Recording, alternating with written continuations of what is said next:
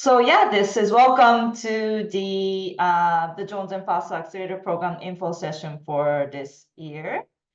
My name again is Yuko Oaku. I am the assistant director at the Buerk Center, and I manage the Dempsey Startup Competition as well as the Jones Foster Accelerator program that I'm about to talk about. So yeah, first of all, eligibility. So I think one thing I want to mention, is that this is not an academic program, and we are looking for this is an accelerator program for people and teams that are 100% committed to launching your company and ready to commit. You might be, a student or maybe working full time elsewhere, but you are ready to put in the full-time effort into launching your startup. So it is, I think many of you have done a startup competitions or maybe the Dempsey competition. It is not a program where you follow a certain structure and submit deliverables and get feedback. It is really to help you run and help you launch your startup, and we have resources like mentors and milestones and different things to help you with that process. So it's quite different from kind of the academic program mindset. And unlike the Dempsey competition, this program is only for people who are based in Washington State. So you must be ready to launch your startup in Washington. You don't need to be from Washington, but you must be based right now in Washington State and ready to launch the program or your startup in Washington. And this again is a program that's targeted towards students. So you must have a recent graduate. You can be graduating this year, but a graduate or students in the key leadership position and have a good academic standing in the last quarter. And if you are a solo founder, you can apply, but we prefer that you have a plan to expand your team appropriately during the program to be able to run your startup. And this program is mainly for those who have done something, some kind of entrepreneur-related activities at UW or in your home university. So we like to see that you have done something like Dempsey, HIC, EIC, or some other entrepreneur-related activities already to get your startup ready for this program. You must also be able to commit to the 6-month program. It is a 6-month program starting from end of July till the first week of February. So you must be able to commit to that program. And if you do this accelerator program, it means that you're kind of at the end of our journey in terms of programming with the Buerk Center. So you may not go back to compete in the Buerk Center competitions, even if you are a student this year. And the full eligibility requirements are on the website as well. So this is the 15th year of the Jones Foster Accelerator program. We have awarded over $2 million since we started the program in 2010. And we're very proud to say that we have a pretty high rate of startups that finish the program and that continue to be in business. It might not be the business that they've started during the JFA program for those who graduated 15 years ago, but they are involved in startups one way or the other. So here are the main components of the JFA program. We have mentors, milestones, workshops, resources, and funding. So I'm going to go through them one by one and then explain a little bit further. So so mentors is really the kind of the key component of this program. You will be paired with 4 to 6 mentors for the duration of the program, and you'll be minimally, like you'll meet with them monthly basis at the mentor meetings that's scheduled during the 3rd week of the month. And what's special about the JFA program is that it's, again, like Dempsey, open to different kinds of startup. You can be no profit, you can be tech, you can be health, environment, and so on. But we really try to make sure that the mentors you get are the ones who can really help you. So we have a group of core committee mentors who are kind of making decisions, they'll be the ones that are going to be interviewing you if you're invited to the interview. And you'll have at least one of those mentors as lead mentors in your mentor committee. And then there'll be kind of the leadership, they'll play a leadership role within that mentor group that you will have. So, you can ask more about this to the graduates who are coming online a little later, but we really try to make the mentor group to match the needs of the startup. So for instance, we had this startup called Life at, they have a desktop, I don't remember, like a remote work app. They were in Sweet 16 when they were students at Dempsey, and they did Y Combinator, and they were named Forbes 30 under 30. They had a lot of traction as they were coming into the program. They were matched with people who are, serial entrepreneurs, have experience in e-commerce and digital marketing and other sort of general entrepreneurial experience. And this team, for instance, they're coming online later today. André, who's the CEO, Komi, they have an app to help with mental health of younger generation. And they had a team, kind of entrepreneurial experience, but marketing and other people who have experience with hardware, because they were kind of thinking about launching a startup using a hardware for their product. And typically, so you'll have a mix of entrepreneurs with operational experience, but also, VCs who are kind of looking at the startups in the investor perspective, but also a legal experience as well. And if you're looking, to launch a nonprofit, we do have mentors who have that sort of experience as well.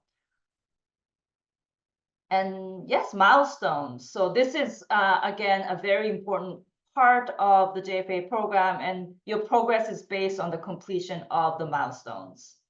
So what is a milestone? So milestones are a major markers in your company's development that indicates progress. So you will be setting, when you apply to the program, 7 to 10 milestones that you are hoping to accomplish within the 6 months. And, I understand a lot of you are still pretty early in your startup, but we do like to see a lot of your milestones to focus on the business development, not just on the product development, because this is a business accelerator and, not just like a product development accelerator program. So we would like you to, of course, these are just kind of examples of the kind of things that you can be thinking about. But obviously, depending on the kind of startups that you have, this may not apply, right? Like, a tech startup versus a consumer product startup, but the goals and the things that you're looking for will be quite different.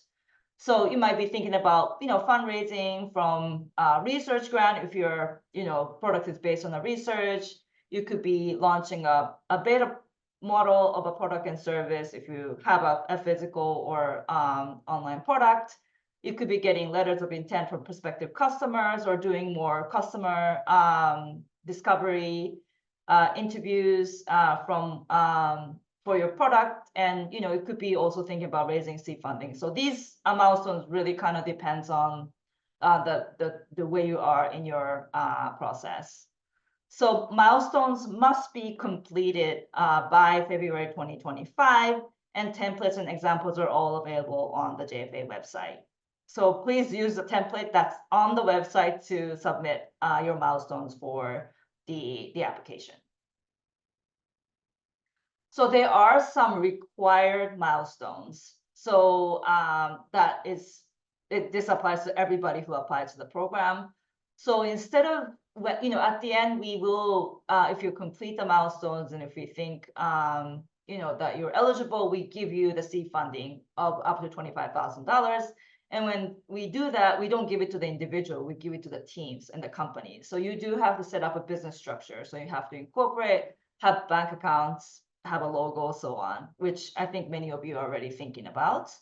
And we also require you to have a 12-month financial and operations plan. We would like you to have a draft of that in September, and then have a final one for January, just to see that you have a plan to operate your business in the coming year. And also fundraising. So this is also a milestone, and you must have 3 months operating funds in the bank by the end of the program. So we don't ask you to, disclose your, bank balance or anything like that, but we would like you to have something. It could be a revenue grant, or maybe it's a competition winnings. Just, we would like to know that you have enough funds in your bank to run your startup. And our funds, the seed funding is not the only source of income to run your business going forward, because that's not very sustainable. All right, so we do have workshops and that are catered to the JFA teams as well.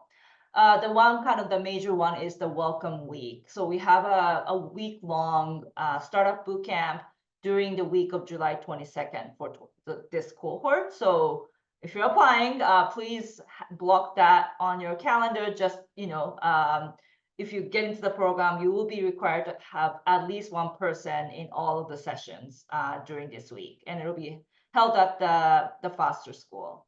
And you will provide breakfast, lunch, and then there'll be a happy hour with all the other mentors on Wednesday afternoon. So this is just kind of a sample of the topics we could be covering. We are kind of developing the program for this. And even if you have done MBA, have done maybe taking classes in some of these topics, it is going to be very hands-on, really kind of working on your startup, developing milestone, like appropriate milestones, your startup, and so on. And yeah, resources. So we have some resources available that comes with the program. We have AWS credits that could be used for $5,000 in credits to be used over 2 years. We have discounts on HubSpot. You may be invited to pitch at other events. We'll be supporting you with the marketing. And one cool part we have is that you'll get a co-working space at Startup Hall. So Startup Hall is one of the co-working incubators on campus, and you'll get a space there, a hot desk space where you can go in and work with other startups who are members of CoMotion. And they have other social events that you can take advantage of as well. And this is kind of pending, but we're hoping to partner with a comms communication leadership program again this year. So startups get additional supporting communications from a master's in communication leadership students. So we have, I think some of you are very much looking forward to this funding element. We do have $1,000 that we give to all teams in the beginning. Let's call the McAleer Early Start Funds. So you can use this to cover any kind of early expenses like, corporate filing fees, materials, lab fees, marketing costs, travel to a conference. This cannot cost a recurring cost like your rent, salary, or food. This is really to kind of help with kind of early startup expenses such as these. And up to $25,000 in seed funding is available upon completion of the milestones and the final presentation. So you'll be giving a final presentation at the end of the program in front of the whole mentor committee, and they decide whether you are eligible for a full amount or not at the end. And we don't take any equity in the JFA company, so you get the full amount as for your company. Yeah, just very quickly going over the program schedule. So today is the 5th, and we'll be opening up the applications on June 7th. The application deadline is on the 24th on Monday at midnight. And you will if you are, we'll be screening your application with the core committee, and if you're invited to interview, you'll hear from us by July 3rd, and the interviews will be held on July 9th in the afternoon. So please mark that on your calendar as well. And, that day in the afternoon, we'll let you know if you get into the program or not. And the welcome week, again, is during the week of July 22nd. You'll be reviewing the milestones after that, and then the mentor meetings will begin during the week of August 12th. And the exact timing of the mentor meetings can be found online as well. It's going to be a mix of in-person and virtual meetings. And the final presentation will be on February 6th. Yeah, just a couple more things. The applications are due again on Monday, June 24th. There are a few components of this application. So there is a UNIRO application, so please start early. You would have, if you have team members, you will be sending the system sends the link to your team members. They'll have to write their information on their own. So please start early so if they can get to that well before the deadline. You will be submitting a slide deck, a pitch deck, and sort of the example of what should be included is on the website as well. I'll be sending this over to you after this this session. I'll share the slides as well. And please include a slide why your team will be a good fit for the program. You'll also be submitting a 5 to 7 page executive summary. If you have applied to Dempsey competition or any other startup competitions in the past, please make sure that you sort of revise it so it is kind of reflecting the current status of your startup. And you'll be drafting also 7 to 10 milestones you wish to accomplish in the program. You very unlikely that you will use the milestones as is. You'll be doing a lot of work during the welcome camp and before the first meeting to sort of develop your milestones for the program. All right, so just before you apply, a few things I would like you to ask yourself. And then, I'm happy to have one-on-one calls with you if you'd like to discuss this further. But, is the timing right for you and your team to be part of the program? If you're a student or if you work full-time, you will be asked, how you're going to manage education or job with this program. So this is something you can, would like to think about. And if you are current students, participating in the program will prevent you from doing other things like the competition. So, would you benefit from the competitions before applying to the accelerator program? We of course want you to commit to the program dates, so make sure that we can have at least one team member who can participate in the Welcome Week bootcamp during the July 22nd week. And then, funding is a big thing from the program, but this is a very small thing, out of all the things you can get from the JFA program. So what do you hope to get out of this program, and does that match with what we offer? And the last thing is very important. This is something that we will be looking at when we look at your application, also when we interview you, is coachability. So this is really about getting feedback from your mentors during the 6-month program, getting their expertise and help. So how do you and your team members handle receiving feedback? Obviously, you don't need to listen to everything and do everything as they say, but we do want to see how you react to feedback, and if you are able to receive feedback, and if you can benefit from that. All right, with that said, I would like to turn it over to André and Suli. I see Suli here. So there are two graduates from last year's JFA program. They have also done the Dempsey Startup Competition that year and were in the Sweet 16 as well. André, Suli. Oh. Okay, great. I think we can hear you. So yeah, why don't you start with I just wanted to introduce yourself, and yeah, and then tell us a little bit more about your company. Hello, everyone. My name is Uleini Altamirano. I am the founder of Tisana Mexicana. What we do is enriching lives through Mexican artistry. We create an ecosystem with artisans and customers, and what we're doing is bridging the gap for access to artisanal products in a marketplace and offering an authentic experience. Andre?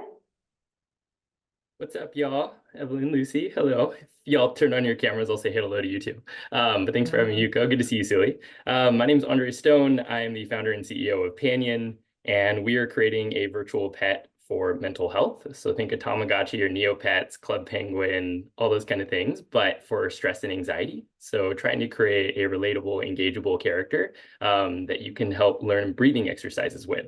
So we're really targeting 22 to 35-year-olds that have had a never been the same since experience, something that's really kind of reshaped the way that they're looking at themselves in the world. They can be like a breakup or your first panic attack at work or a sports injury or anything like that, and really inserting ourselves at that point and helping them learn diaphragmatic and functional breathing. So yeah, I think I'm just going to jump into the questions. I have a couple of questions for both of you before we open up the floor to everybody else. You were in these right here, 1 year ago, attending the info session and, kind of thinking about what's ahead. So yeah, I think maybe if you can tell us like a little bit about what you were expecting out of the program, maybe before you started, and then having completed the program, did those expectations, were they met? And, what do you think were, the benefits, or what did you, get out of what are the, top, maybe 2 things that you got from the program?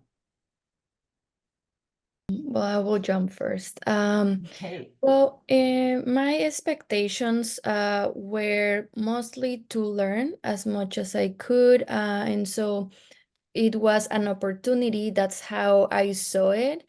And I was very determined to keep going with my business. So for me, it was almost like, okay, I have to do this to keep growing in my business. And the benefits that I didn't understand at the beginning, then after that I saw it's all the platform that Jones Foster can offer you, like the network as well of mentors. So being able to ask questions about your business, share your challenges, your struggles with mentors, that is very valuable.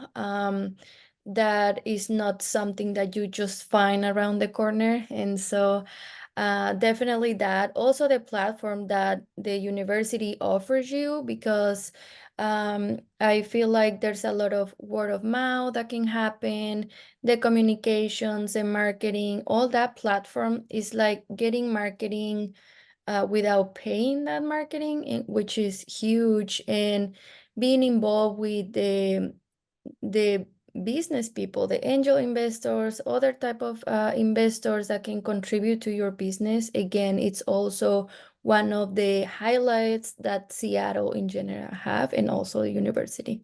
So Would definitely echo those, but I'm also glad you said those ones, Sully, because I didn't have those on my list. The idea of getting like free marketing through like PR releases from the program, 100%. I hadn't even thought about that, but I know I appreciated it. I would say expectations before the program, this was on my radar while I was in grad school. So I knew I wanted to apply to this throughout the year. And that is a question I'll probably talk about later on once we get to something more related to that. But yeah, it was on the list. I'm very type A, where I have like a spreadsheet. I'm like, these are the things I want to do this year. I want to like apply to Dempsey. I want to apply to JFA. And so those were things where I had anticipated the mentors based on the description. I was where you were last year. And it's crazy to think so that this was only like 4 months ago that we were still in the program. But you're showing up to the info session. So I had a pretty good picture. I talked to people that were in the program the year before. So if you haven't done that, I would definitely encourage you to do so. Like you're hanging out with me and Sully. But all the founders that were with us in our cohort are super open and chatting with you. So if you see someone that was on the list from last year, just like shoot them a LinkedIn message or reach out to us. And we're happy to like talk about it. Expectations were definitely met for sure, 100%. Just having that sounding board each and every month, but also that accountability. to show up and have them kind of push you. And I think that lends itself to, I think what I found the most valuable from the JFA program was the focus, like the intense focus on de-risking your business and your company and your idea. So every month you're going to come in and they're going to go, all right, what have you de-risked? What is still left to de-risk so that you can succeed? And that's huge because like you're putting your time and effort and you're really committing to this. So incredibly valuable, that and the sounding board. But I would say two things. So de-risking, the other one would be milestones. We did not have a good milestone process before this program. So even the application process forced us to start thinking that way. Like we were thinking about OKRs and KPIs and stuff like that, but just having a leaderboard on the wall so you can go, these are the things that we're shooting for the next 6 months. Even when we graduated from the program, we did it again. Like it wasn't required in the program, but we sat down after we graduated and we're like, okay, what's our milestones for the next 6 months? And just having that process in place. So Also, I would like to add with what you said. I am one of those people that sometimes works under pressure. And so having these milestones, and I had that like, okay, we're gonna meet next month. We are gonna do this and all of that. And despite if you wanna continue your business, but you don't really know how, I think this is the perfect platform to do it, to perhaps have mistakes, but finding out about it, get feedback, and also iterating your plan and so on. So I think that also after the John Foster, I was thinking like, okay, I'm gonna apply these milestones now to my business. And so definitely leaves you with this like mindset structure to keep working on your business. Yeah, accountability is really like a big thing that everybody shares, and it is going to, the mentors are going to push you, right? It's not an easy program. If you're not, pushing and growing fast, they will also point that out to you. So if you're looking for that kind of challenge, I think it is a great program for you. So just maybe one more question before we open up for questions from the participants. So what did you find most challenging during the program? I think I feel like it's a real-time scenario pilot of you being the CEO or a co-founder with your business. I feel that it was managing your team, it was giving directions, leading the team, sharing the information, communicating, receiving feedback. So I feel like that was very challenging, but also it is like a real-time practice that you can get a lot from that. it definitely is real time. I would say that one of the biggest challenges for us was we set our milestones to really push ourselves. And so it was kind of a struggle most months to actually do the things we said we were going to do. And so that was a huge challenge, was actually being able to achieve some of these stretch goals. But along the way, I would say something that was super challenging was just asking ourselves, are we building the right thing? Right. And so every step of the journey, every month, looking at ourselves and going, hey, we learned this the last month. We did another user test. We heard this from a potential customer. Are we on the right track? Right. Because it's such a formative process, a formative stage in the process this early on, and things can change daily. And being flexible and adaptable at that point is just, it's so hard. Like it pushes you out of your comfort zone just as a human, So I would say like be ready for that because you're going to get pushed beyond your limits, whether you like it or not. So you better come at it like swinging. So yeah, I want to open up for questions. Like I do see that some of you have already left questions, sort of more about the eligibility and program, which I will get to after the Q&A with the two founders. But we would like to open up the floor for questions for the founders. I guess my biggest question is like, how fleshed out was your business before entering the program, and like how important or like how did that shape how the program impacted your business, if that makes sense? Like if you could go back, would you undo it? Would you enter the program earlier or later, or do you have any feelings about that? That's kind of my whole question, is like when to enter. So as far as how far out was our idea fleshed out, we went through some of the academic competitions throughout the year. And so we had the pitch deck and we had the executive summary. We had to come up with the milestones, but we had some of that stuff. So we've been thinking through it for the past like 6 to 8 months. That being said, I don't know if that's entirely required. I still think you could come in here and get a lot of value from this, but that's where we were. But that being said, going through the process, I was pretty bullish on making hardware, but something that we heard from our users was more accessibility and more portability. So we walked out in month 6 building software. And I was like, I need another 6 months in this program, right? Because it feels like we're starting at square one again. So yeah, even though we like got in the program with some effort and time behind us, I still walked out feeling like we were learning again for the first time. So yeah. I feel like for me it was the right time. As a suggestion, if you don't feel that is the right time because you don't have your pitch deck, for example, maybe that's something that you're gonna get it done through the process. I will be more focused on having a team, committing with the time, and just taking the most out of it. Like you don't need to be all ready and to have all figured out, right? Because that's why you are joining these type of programs, for you to learn. And so I would not change the fact that I did it right away. I was just graduating and I felt that everything was kind of like fresh on my mind. And I think it's important to keep momentum in what you're learning, and so you are able to apply it right away. I would agree with Suli in that idea of, are you ready? And it's a question that Yuko asks as well when they're evaluating like things you should ask yourself when you're preparing for this program. It's not for the faint of heart, but there's also a lot of logistical things that come into play when you're deciding, should you go into something full time? Because that is the expectation from a startup and from your future investors and from this program. Am I able to commit to this full time? If I have a co-founder, are they able to commit? Is someone able to commit to this full time? And then understanding, what does that mean financially? What does that mean socially and mentally? Am I capable of doing that right now? Does that make logical sense? For Sully and I, like based on her last comment, we were like, yes, right time, right mindset, all that kind of stuff.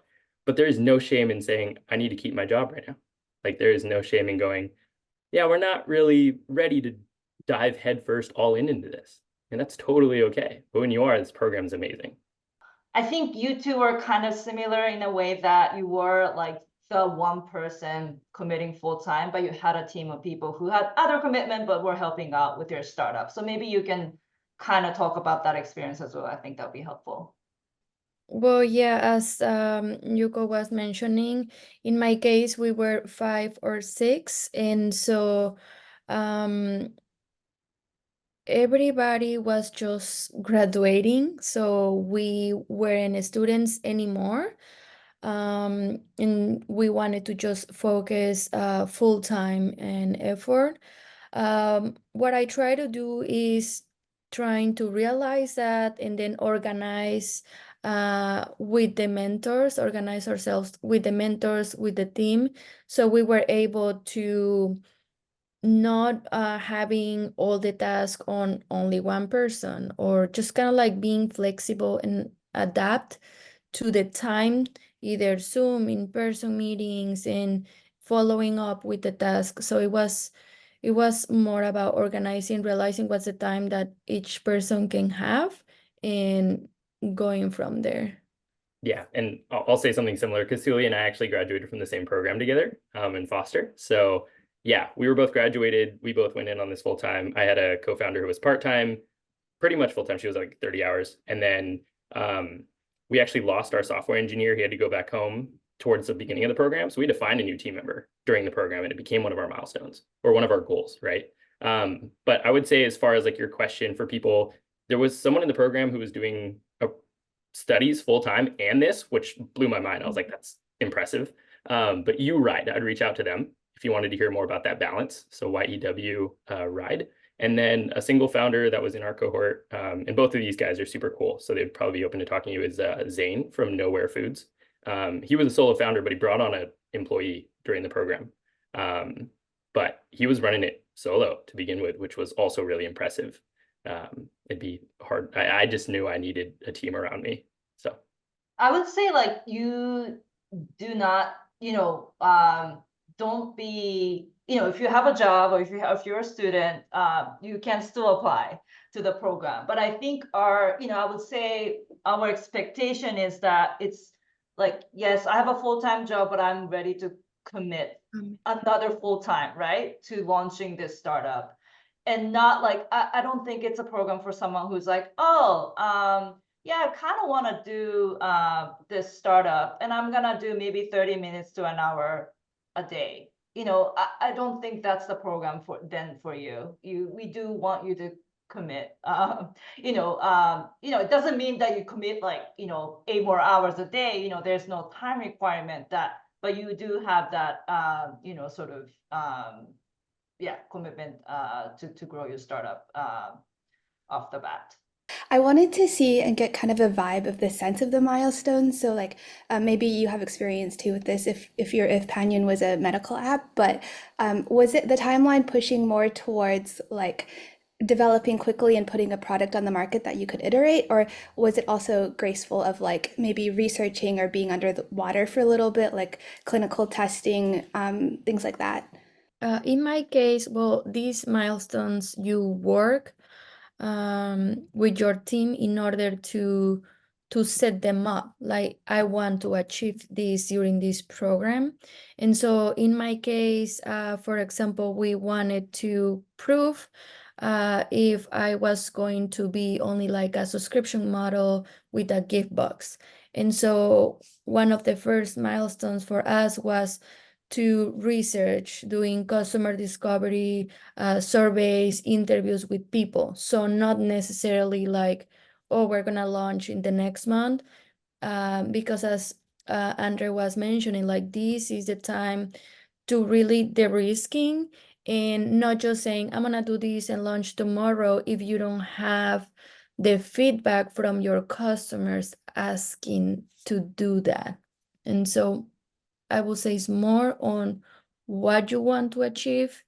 You create the milestones, and it's better to step back sometimes, think about it, and then moving forward, not necessarily have everything.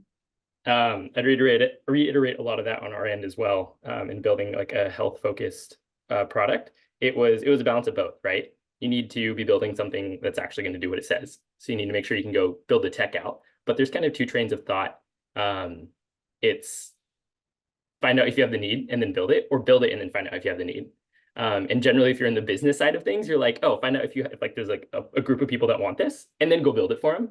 And if you come from the engineering side, which is my background, you go build a cool thing and then you try and sell it, right? So I definitely tried to engage more with that, find out if people want it, right? But then you have to be able to back up what you're going to say. So it was talking to our developers. So some of our milestones, just to like give you examples, were like validate biomarker collection from X, Y, and Z devices, right? Can we actually do what we say we're going to do? And that was one of the ones that our mentors really came down on. They were like, hey, what thing do you need to de-risk from the tech side to actually prove that this value proposition that you have is actually going to be executable?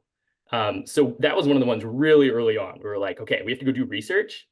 And then at the same time, though, it's like, go find, I don't know, 20 customers and run 2 user tests, right? Like those were like 2 of our other milestones. So it's a balance, right? Because you're trying to do the business, but also the development. And both are necessary for a company to succeed, right? Hey guys, thanks for joining. I appreciate your time. I want to ask a follow-up on the milestones. So were there any milestones you wrote on day 1 and then, 3 months in, you're like, oh, I need to change it based on what I've learned? And if so, what was it? And how did that change over time? We had, for example, in my case, it was, oh, we're gonna, one of the goals, part of the milestones, oh, we're gonna get 100 subscribers.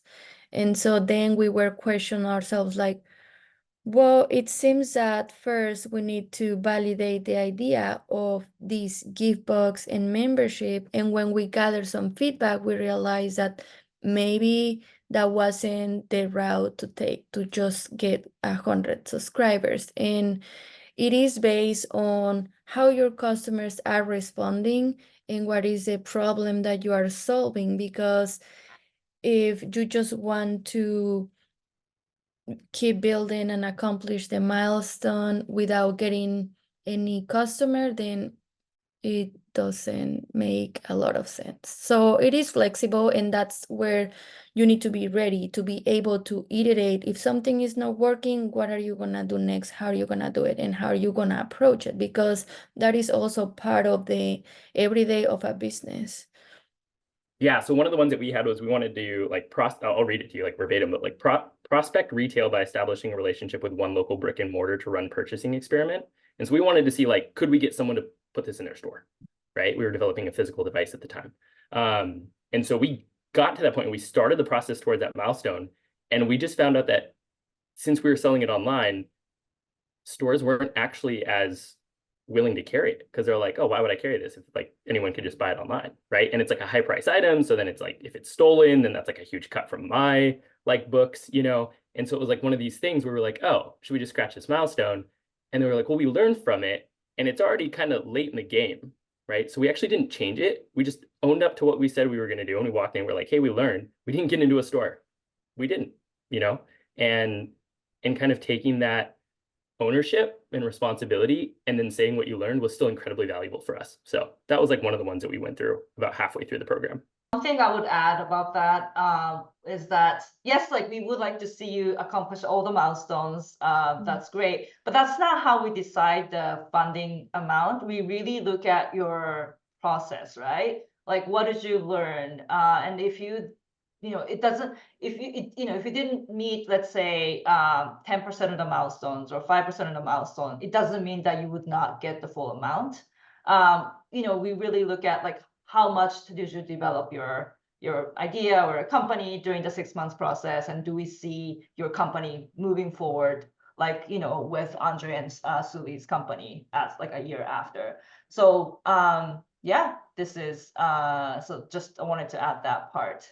I wanted to ask, what did you guys gain from doing the Dempsey competitions before this program, if you did them? I'm kind of early on in my process and kind of weighing the pros and cons of, do I wait that year to flesh everything out, like apply to some of these competitions, see how it goes, and then go for this program next year, or should I just go for it now? So I just wanted to hear like y'all's experience with that whole side. My general rule of thumb in life is open more doors than you close. So if you're just learning about the Dempsey competition and you take the next couple of days or however long to like go, oh, this is something I'd like to do, don't close that door, right? It's like if JFA is going to be here next year and you're going to have all of the experience and the documents that Dempsey helped you build. And I think you asked the question earlier about how far along does your idea need to be?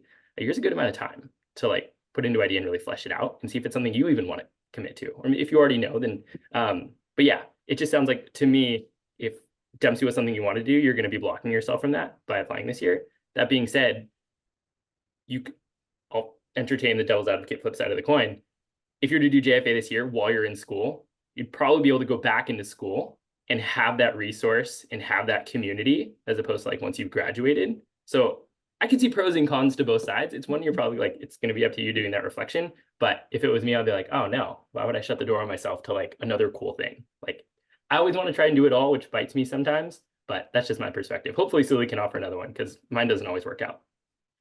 I was remembering of this Cactus Kefir is one of the companies that I met as a TA when they were still studying. So they wait, for example, they were testing, they were doing markets and all of that. And after that, they joined to the Dempsey competition.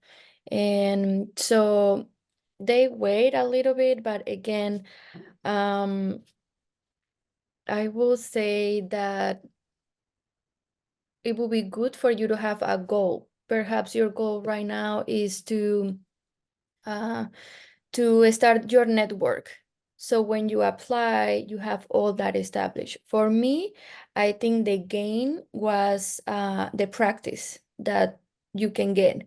When I started pitching at that time, it was very different on how that's my last pitch. So that gives you practice, how to talk with the customers, how to talk with the investors. And for the Dempsey competition, I had already like established my business plan and all of those things. So I had a pitch deck already that helped me through the process. So it's just practice and yeah. Well, thanks so much, Andre and Suli, for coming and sharing with us. And thank you everybody for coming, and we're looking forward to receiving your application.